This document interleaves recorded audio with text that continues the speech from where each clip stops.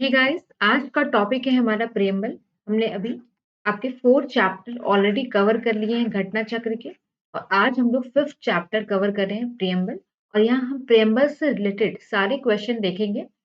I hope आपने वो चारों सीरीज देख लिया है। इसके पहले के 4 सेशन जो हो चुके हैं वो आपने देख लिया है। नहीं देखा है देख लेना। वीडियो के एंड में सारी आपको प्लेलिस्ट शो हो जाएगा। साथ ही डिस्क्रिप्शन में भी प्लेलिस्ट शो कर जाएगा। Welcome you all and Bansal tutorial. I hope सभी ने सब्सक्राइब कर लिया होगा चैनल को। जो लोग पहली बार जुड़े हैं वो भी चैनल सब्सक्राइब कर लें, बेल आइकन जरूर प्रेस कर लें ताकि वीडियो की नोटिफिकेशन आपको टाइम पर मिलती रहे। ये जो घटना चक्र की सीरीज है ये आपके बिहार पीसीएस, बिहार एसआई या UP PCS, UP SI, Jharkhand PSC या किसी भी एग्जाम, वन डे एग्जाम की आप प्रिपरेशन कर रहे हो उसके लिए बहुत ज्यादा इंपॉर्टेंट है। आप इसको इग्नोर नहीं कर सकते हो। इससे इसमें से वो सारे क्वेश्चन हैं जो प्रीवियस ईयर में आ चुके हैं और आपने देखा होगा वन डे एग्जाम में क्वेश्चन काफी ज्यादा रिपीटेडली आपके पूछे जाते हैं। तो जरूरी है कि आप ये प्रीवियस ईयर क्वेश्चन की सीरीज जरूर देखें। बिहार पीसीएस की बुक लिस्ट मैंने अपलोड कर दी है। काफी दिनों से आप लोग कह रहे थे बिहार पीसीएस की बुक लिस्ट के बारे में, तो वो भी अपलोड कर दी है। इम्तियाज अहमद की बुक ऑलरेडी हम लोग डिस्कस कर रहे हैं, तो वहाँ हिस्ट्री के काफी सारे पोर्शन साथ ही साथ डिस्कस भी हो जाते हैं, तो आप वो जरूर देख लें। साथ ही आपके और भी काफी सारी चीजें हैं जो आपके चैनल पे ऑलरेडी अवेलेबल है, आप प्लेलिस्ट में जाकर के देख सकते हो। तो चलो सेशन शुरू करते हैं। आज का पहला सवाल है प्रेमबल से रिलेटेड। देखो, एक कोटेशन दिया हुआ है। इस कोटेशन में देखो एक्स क्या कहता है ये बताना है। कोटेशन क्या है जरा देखो। We the people of India having solemnly resolved to constitute India into sovereign socialist secular democratic republic and to secure to all its citizens justice, social, economic and political liberty of thought, expression, belief, faith and worship, equality of status and opportunity, and to promote among them all fraternity, assuring the dignity of the individual and the unity and the integrity of the nation. In our Constituent Assembly, this do hereby adopt, enact, and give to ourselves this Constitution. X stands for. अब बताना है यहाँ पे X का क्या मतलब है। 26th day of January 1950, 26th day of November 1949, 26th day of January 1949 या फिर none of the above। तो क्वेश्चन आपको समझ में आ गया होगा। पूरे के पूरे टॉपिक में आपसे एक्स का मतलब यहाँ पर पूछा गया है। देखो यहाँ पे एक्स का मतलब है 26th डे ऑफ नवंबर 1949। इस समय क्या हुआ था, हमारा कॉन्स्टिट्यूशन बनकर तैयार हो गया था। हमने कॉन्स्टिट्यूशन को क्या किया था, अडॉप्ट कर लिया था, है ना। इनैक्ट कब किया था हमने कॉन्स्टिट्यूशन को, हमने 26 जनवरी 1950 को कॉन्स्टिट्यूशन को पूरे देश में क्या कर दिया था, लागू कर दिया था। तो यहाँ पे ये बोला गया है कि हमने कब इसको इनैक्ट किया है आपके कॉन्स्टिट्यूशन को, तो 26 डे ऑफ नवंबर 1949। तो ये याद रखना इस चीज को। कुछ चीजें हैं प्रियम्बल के बारे में जो सेशन शुरू करने से पहले मैं आपको बताना चाहती हूँ, जो आपके एग्जाम के पॉइंट ऑफ व्यू से काफी ज्यादा इंपॉर्टेंट है। लिखना चाहो तो आप लोग लिख भी सकते हो, तो जैसी मर्जी हो कर लेना। कुछ कुछ चीजें हैं जो प्रियम्बल के बारे में कुछ लोगों ने कोट किया है जो आपके एग्जाम के पॉइंट ऑफ व्यू से काफी ज्यादा इंपॉर्टेंट है। जैसे एन के पालकी वाला, इनके द्वारा प्रियम्बल को identity card of the constitution कहा गया है, याद रखना। Identity card of the constitution, ठीक है। कॉन्स्टिट्यूशन का इसे आइडेंटिटी कार्ड कहा गया है। साथ ही अगर हम बात करें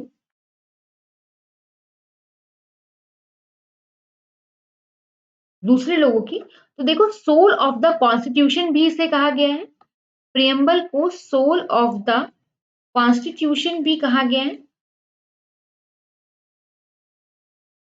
साथ ही इसे की ऑफ द कॉन्स्टिट्यूशन भी कहा गया है। ये सब देखो एज इट इज आपसे पूछ लिया जाता है किसके द्वारा कहा गया है। It is jewel set in the constitution, ये भी कहा गया है। ये किसके द्वारा कहा गया है, तो पंडित ठाकुर दास आपके भारतभूषण, ठीक है। पंडित ठाकुर दास के द्वारा ये बात बोला गया है, याद रखना। नेक्स्ट हम बात करें आपके सर अर्नेस्ट बारकर, ठीक है। सर अर्नेस्ट बारकर के द्वारा की नोट बोला गया है प्रियम्बल को। ये ऐसे ही पूछ लिया जाता है कि की नोट जो है, प्रियम्बल को जो की नोट बोला गया है वो किसके द्वारा बोला गया है? तो याद रखना सर अर्नेस्ट बारकर के द्वारा इसे की नोट बोला गया है। तो एनके पालीवाल के द्वारा इसे क्या बोला गया है? एनए पालीवाल के द्वारा identity card of the constitution, soul of the constitution, key of the constitution, jewel set in the constitution, ये बोला गया है आपके पंडित ठाकुर दास के द्वारा। साथ ही अगर हम बात करें सर अर्नेस्ट बारकर के द्वारा, इसे क्या बोला गया है? की नोट बोला गया है। और horoscope of our sovereign democratic republic, ठीक है, democratic republic. Just a minute, लिख लो, ये काफी इंपॉर्टेंट है, काफी बार आपको एग्जाम में देखने को मिला है, ठीक है, तो आप इसको इग्नोर नहीं करो। 1 मार्क्स फ्री के होते हैं, ठीक है। सोवरेन डेमोक्रेटिक रिपब्लिक बोला गया है इसको। साथ ही सर अलादी कृष्णा स्वामी अय्यर के द्वारा बोला है the preamble to our constitution express what we had thought और ड्रीम सो लॉन्ग। प्रियम्बल क्या दर्शाता है हमारे कॉन्स्टिट्यूशन के अंदर कि हमने क्या सोचा था, क्या ड्रीम किया था, क्या सपना देखा था, उस सपने को प्रियम्बल दर्शाता है कॉन्स्टिट्यूशन के अंदर, ऐसा अलादी कृष्णा स्वामी अय्यर ने कहा था। तो ये सारी चीजें याद रखना। नेक्स्ट जो चीज है वो आप याद रखने के लिए आप याद रखना, पहला जो केस आया था बेरुबारी यूनियन केस, इस केस में क्या हुआ, अभी क्वेश्चन हम डिस्कस करेंगे। ये सारी चीजें बहुत इंपॉर्टेंट है। देखो बेरुबारी यूनियन आपके केस में बोला गया प्रियम्बल क्या है, पार्ट नहीं है कॉन्स्टिट्यूशन का, ये बोला गया। नेक्स्ट क्या आया, फिर केशवानंद भारती केस आया, जिसमें कि क्या था आपके बेसिक स्ट्रक्चर का कॉन्सेप्ट उभर कर आया। केशवानंद भारती 1973 में आया। इस केस के अंदर क्या बोला गया, आप कॉन्स्टिट्यूशन में जो भी परिवर्तन करना है कीजिए, लेकिन बेसिक स्ट्रक्चर को आप हाथ नहीं लगा सकते। साथ ही इसमें क्या बोला गया, प्रियम्बल क्या है, पार्ट है कॉन्स्टिट्यूशन का, ये बोला गया। थर्ड क्या आया, एलआईसी ऑफ इंडिया केस। देखो ये सारे केसेस के नाम याद रखना, आंसर राइटिंग में बहुत जबरदस्त तरीके से काम आएंगे, साथ ही इससे क्वेश्चन भी आ जाते हैं। तो एलआईसी केस में क्या बोला गया, एलआईसी ऑफ इंडिया केस में प्रियम्बल क्या है, इंटीग्रल पार्ट है, क्या है, इंटीग्रल पार्ट है प्रियम्बल कॉन्स्टिट्यूशन का, ठीक है। तो ये याद रखना, प्रियम्बल क्या है, इंटीग्रल पार्ट है कॉन्स्टिट्यूशन का, ऐसा बोला गया आपके एलआईसी ऑफ इंडिया केस में। तो ये सारे केसेस याद रखना। पहले प्रियम्बल में क्या था, 3 शब्द नहीं थे, जो 42nd कॉन्स्टिट्यूशनल अमेंडमेंट एक्ट के द्वारा 3 शब्द को जोड़ा गया, सोशलिस्ट सेक्युलर इंटीग्रिटी, याद रखना सोशलिस्ट सेक्युलर इंटीग्रिटी। 1976 में ये 3 शब्द जोड़ा गया।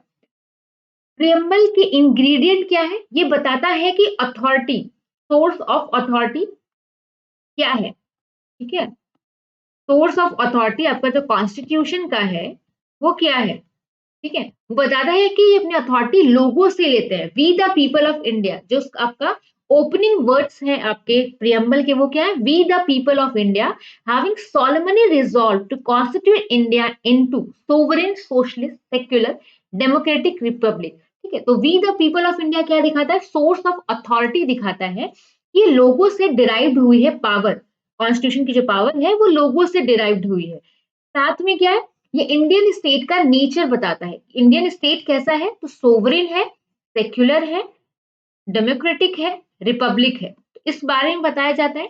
फिर तीसरा ये ऑब्जेक्टिव दिखाता है, कॉन्स्टिट्यूशन का ऑब्जेक्टिव क्या है, कॉन्स्टिट्यूशन का ऑब्जेक्टिव है जस्टिस प्रोवाइड करना, लिबर्टी देना लोगों को, इक्वालिटी प्रोवाइड करना, फ्रेटर्निटी प्रोवाइड करना, ये क्या है, ऑब्जेक्टिव है, ये इंश्योर करता है।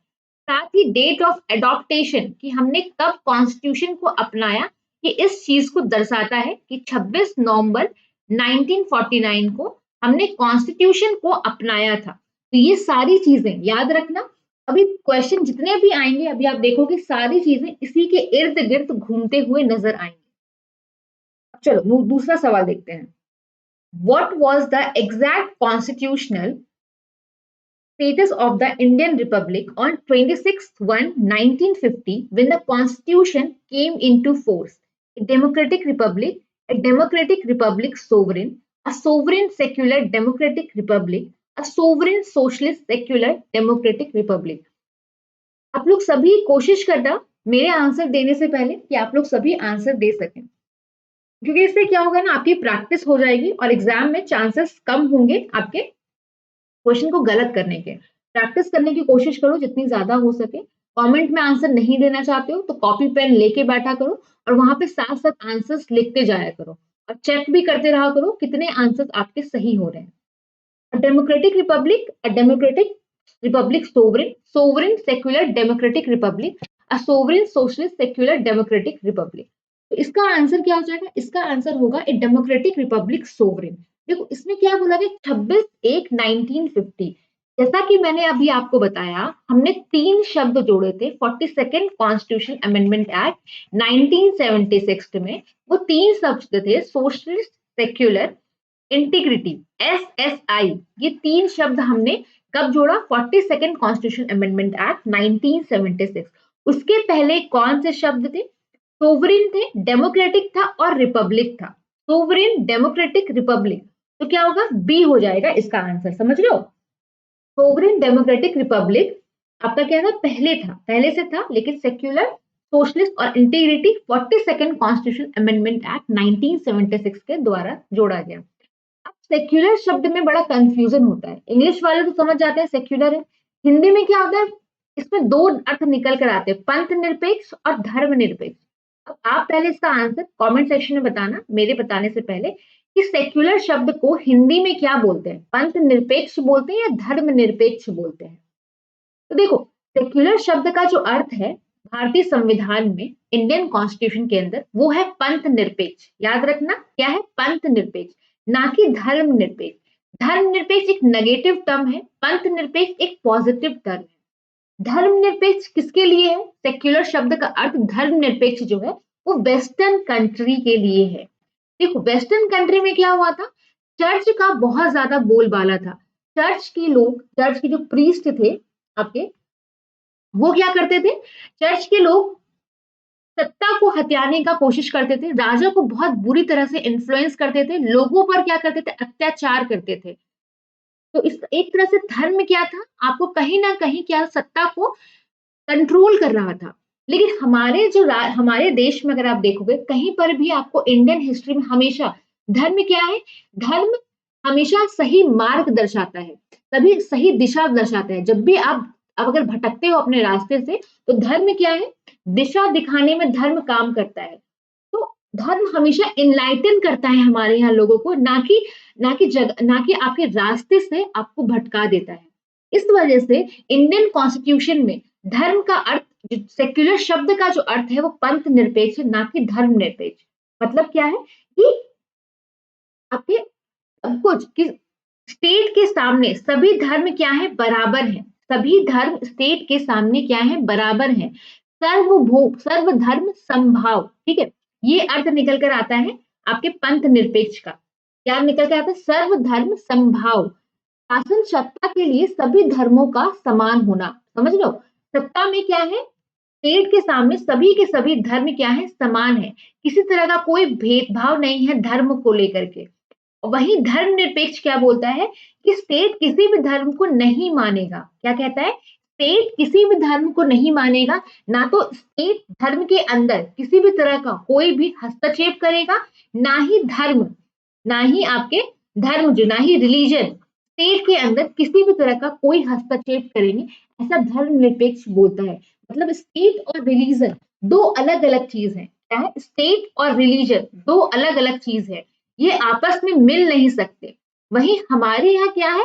स्टेट और रिलीजन मिलकर काम करते हैं। समझना है इस चीज को, पंथ निरपेक्ष में स्टेट और रिलीजन मिलकर काम कर रहे हैं। मतलब स्टेट के सामने सभी धर्म बराबर हैं। सर्वधर्म समभाव जो कि एक पॉजिटिव टर्म है, जो हमारे सेक्युलरिज्म शब्द का अर्थ है, जो हमारे सेक्युलर शब्द का अर्थ है। ठीक है, इसका आंसर हो जाएगा बी।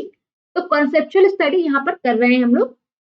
तो आप किसी भी एग्जाम की तैयारी कर रहे हो तो उसके लिए बहुत ज्यादा इंपॉर्टेंट है। नेक्स्ट देखो, by which names in our country mention in the constitution, किस नाम से हमारे कंट्री को लिखा गया है कॉन्स्टिट्यूशन के अंदर? Bharat India, Bharat only, Hindustan India, Bharat Hindustan and India.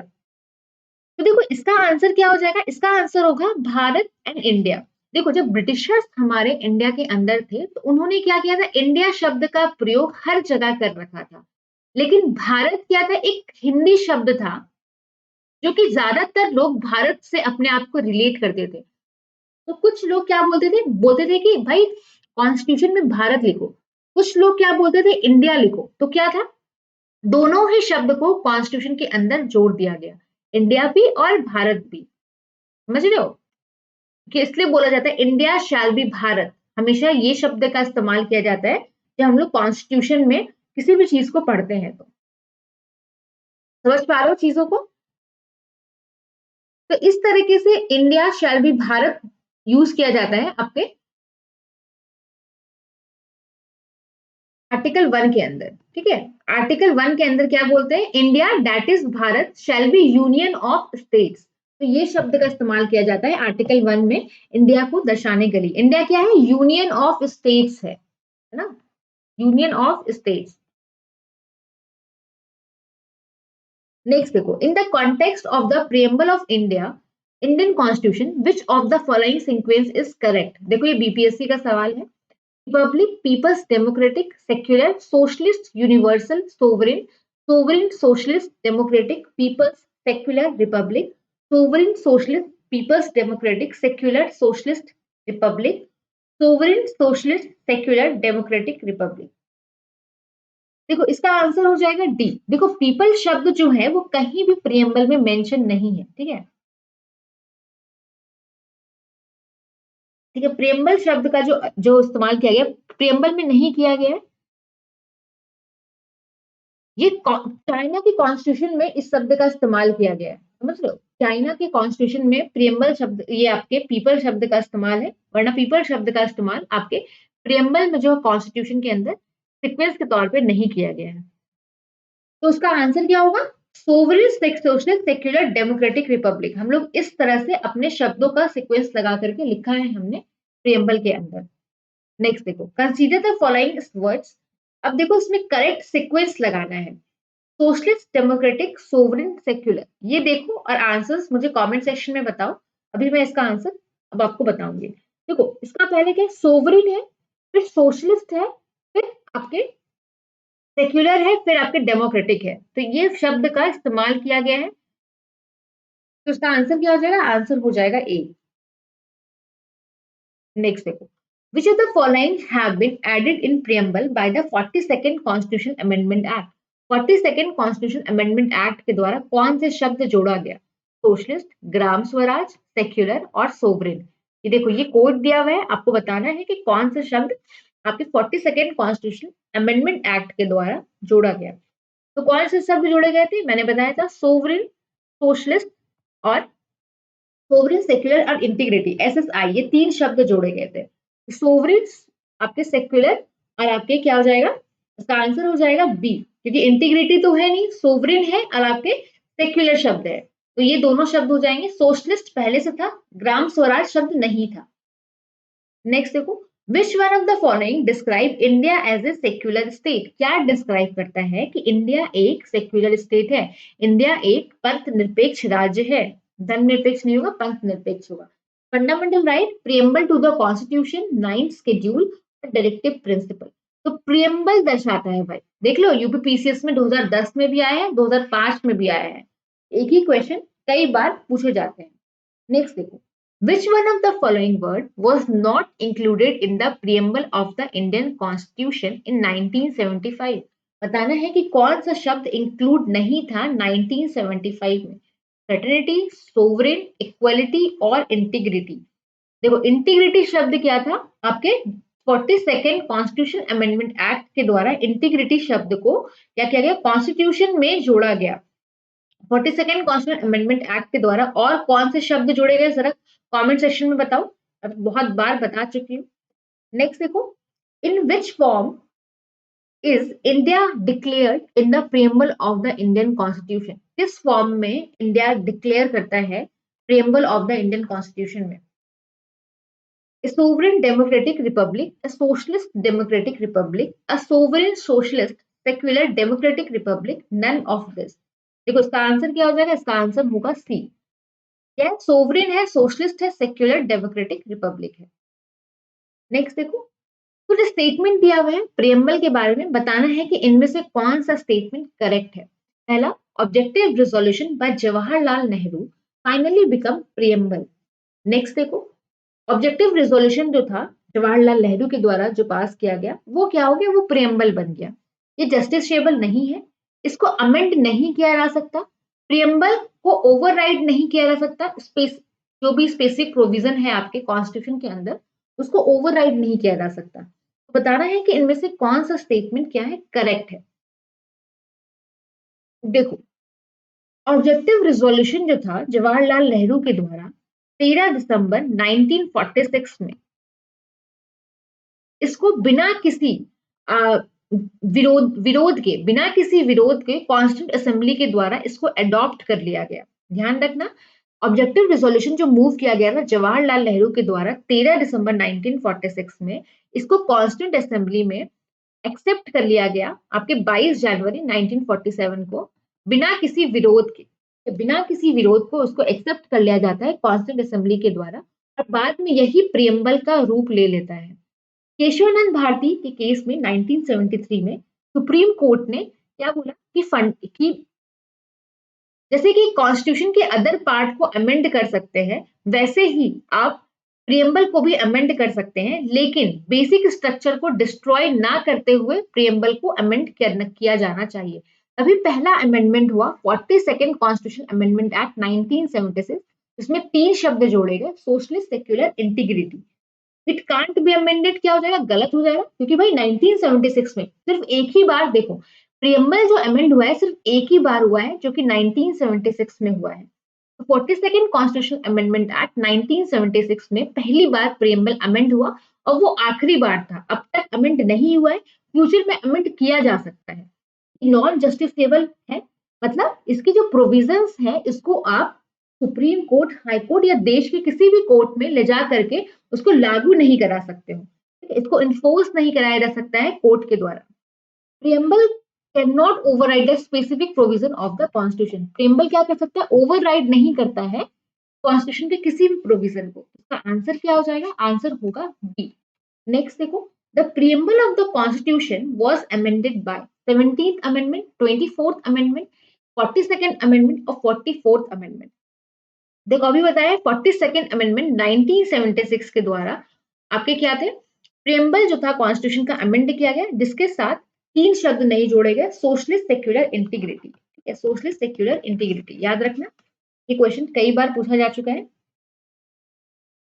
Next देखो, the term socialist was added by, देखा दोबारा से यही क्वेश्चन पूछा गया है। तो 42nd अमेंडमेंट एक्ट 1976 में सोशलिस्ट शब्द को क्या किया गया? जोड़ा गया आपके कॉन्स्टिट्यूशन के अंदर।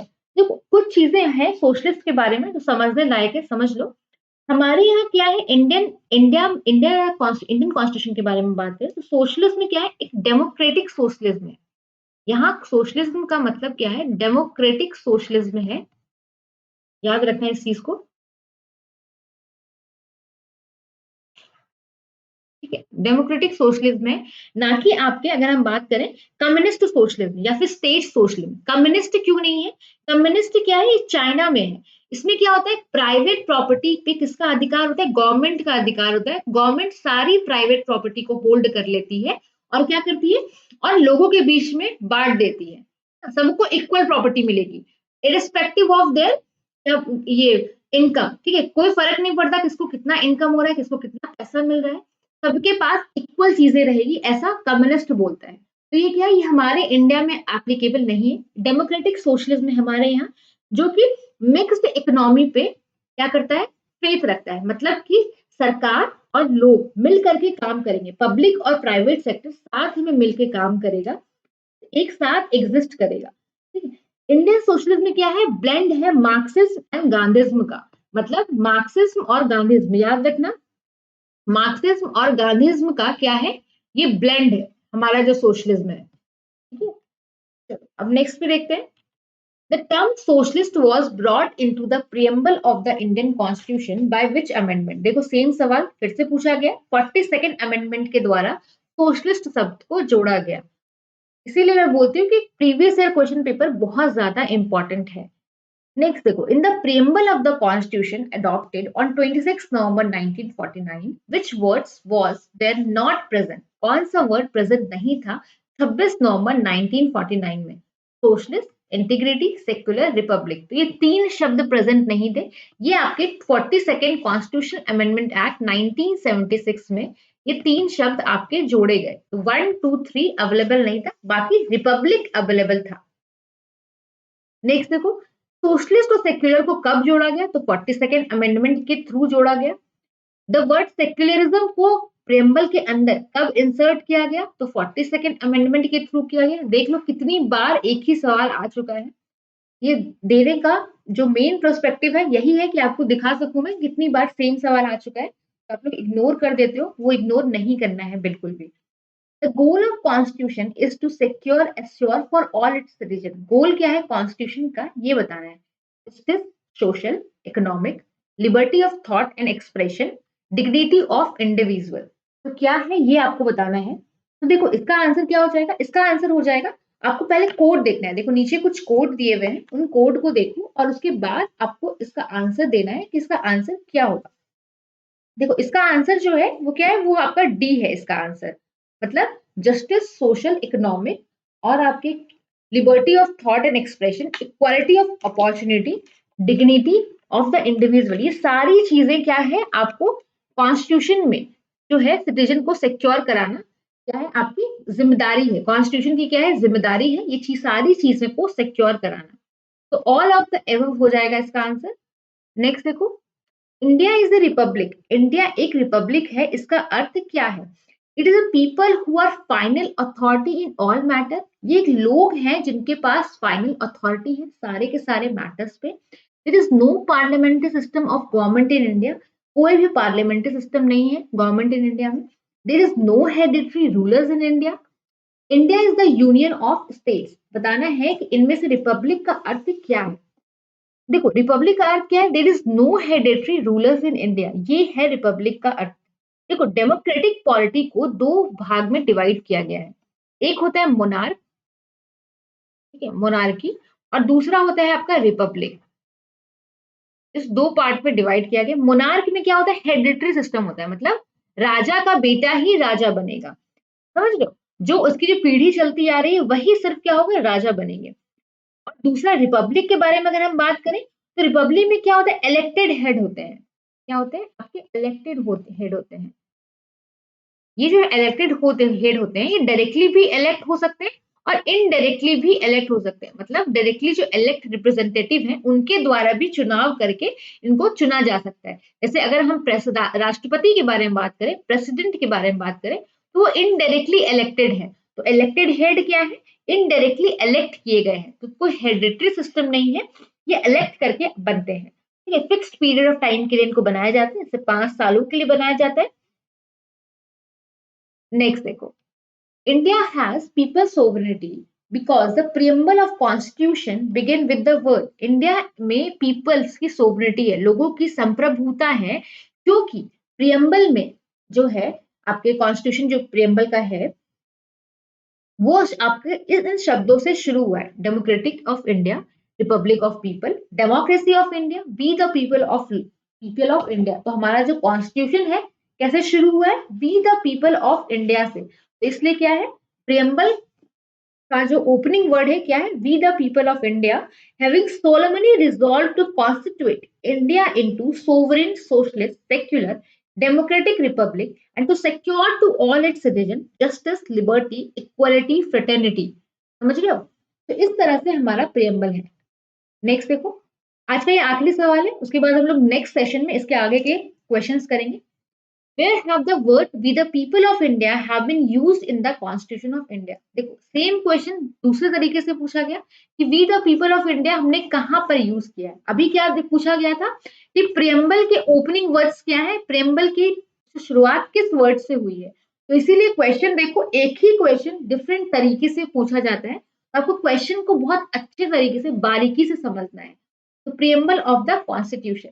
तो सेशन यहीं पे एंड करते हैं। Hope you all enjoyed the session. आपको सेशन अगर अच्छा लगा है तो लाइक जरूर करना, चैनल को सब्सक्राइब कर लेना, बेल आइकन प्रेस कर लेना ताकि वीडियो की नोटिफिकेशन आपको मिलती रहे। बाकी आप मुझसे पर्सनली कनेक्ट रह सकते हैं, एफबी पे भी, इंस्टाग्राम पे भी, और आप टेलीग्राम पे भी कनेक्ट रह सकते हैं। आपको वहां पीडीएफ अवेलेबल हो जाएगी सेशन की। Thank you so much.